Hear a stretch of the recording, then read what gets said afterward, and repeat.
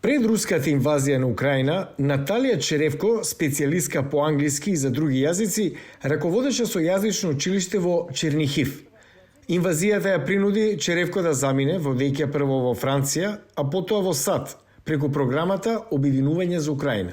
Коли ја приехала сюди, Кога дојдов, бев учена. Не знаев што ќе правам, дали да мијам садови. Бев подготвена на се, но мислев дека никогаш повеќе нема да можам да предавам англиски.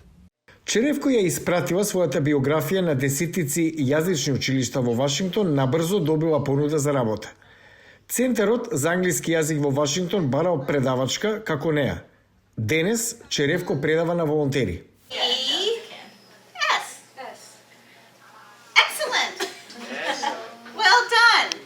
Непрофитниот англиски центар Вашингтон е основан пред 3 децении за да им помогне на бегалците од Ел Салвадор и други земји од Централна Америка. Од тогаш таа им помага на бегалци од повеќе од 100 земји. Предаваат над 800 наставници волонтери. Тие се поврзуваат со нивната заедница и со луѓе од целиот свет, но исто така се чувствуваат како да му даваат многу пријатно лице за добре дојде на Вашингтон. Украинката Олександра Мамонтова веќе 6 месеци е во Вашингтон. Во Украина таа работела како сметководителка. Со цел да се вработи во САД, вели дека сака да стекне високо познавање на англискиот јазик. Ми беше многу тешко да зборувам англиски, бидејќи не користев англиски јазик 20 години. Учев англиски на училиште и на универзитет, но тоа беше пред 20 години и воопшто немав пракса. Навистина ми беше тешко да зборувам.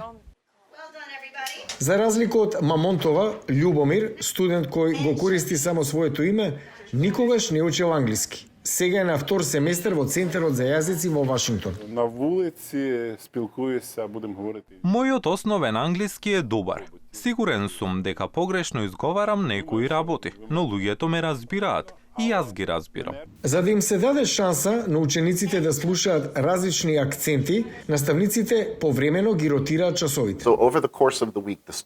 Во текот на неделата ученикот слуша од 8 различни наставници. Некои од нив зборуваат гласно како мене, а некои се многу тивки. Некои од нив се постари или помлади. Можеби тие се од југот или од Масачусетс. Учениците слушаат различни акценти. Часовите не се бесплатни, но многу студенти добиваат стипендија која што ги покрива трошоците.